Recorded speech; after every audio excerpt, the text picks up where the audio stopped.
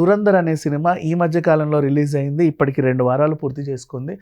అస్సలు తగ్గట్లా ఎక్కడ కూడా కలెక్షన్స్ విషయంలో రోజు ఒక గ్రేట్ అచీవ్మెంట్ అనమాట. ఇప్పుడు 500 కోట్ల మా క్లబ్లో చేరింది ఈ శనివారం, ఈ మండేకి.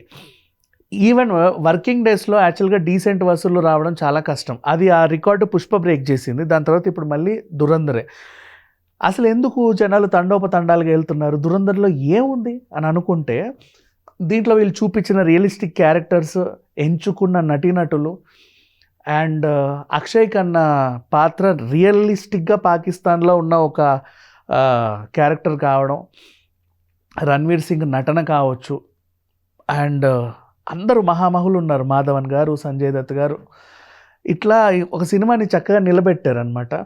డైరెక్టర్ కూడా దీన్ని బాగా తెరకెక్కించారు. ఎక్కడ కూడా బోర్ కొట్టల. నెక్స్ట్ ఇంకొకటి, దేశభక్తి మిళితం చేసుకున్న సినిమా ఈ రేంజ్లో హిట్ అవ్వడం ఇంకా గ్రేట్ అని చెప్పుకోవాలి. మామూలుగా మనం స్పై ఏజెంట్లు, రా ఏజెంట్లు, గ్రాండ్ సినిమాలను చూసాం. బట్ ఇదేంటంటే ఒక టైప్ ఆఫ్ డిఫరెంట్ కాన్సెప్ట్తో తెరకెక్కింది. సింపుల్గా మాట్లాడుకుంటే కథ అందరూ ఈ పాటికి అందరూ చూసే ఉంటారు సినిమా.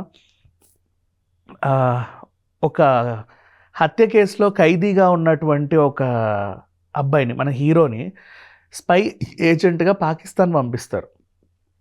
ఆ పాకిస్తాన్లో రెహమాన్ అనే ఒక ఉగ్రవాదిని టార్గెట్ చేసి వాడు ఏమేమి నిర్ణయాలు అయితే తీసుకుంటాడో అవన్నీ ఇక్కడికి చేర్చాలి. ఆ తర్వాత ఇక మనకి అర్థమైపోతుంది కదా. ఆల్మోస్ట్ ఈ కాన్సెప్ట్లో చాలా సినిమాలు, అంటే ఇంతకుముందు చాలా సినిమాలు వచ్చినప్పటికీ ఇది కొంచెం డిఫరెంట్ టైప్ ఆఫ్, అంటే ఇక్కడ నుంచి ఒక ఖైదీని స్పై ఏజెంట్గా పాకిస్తాన్ పంపడం, అవన్నీ కనుక్కోవడం అనేది.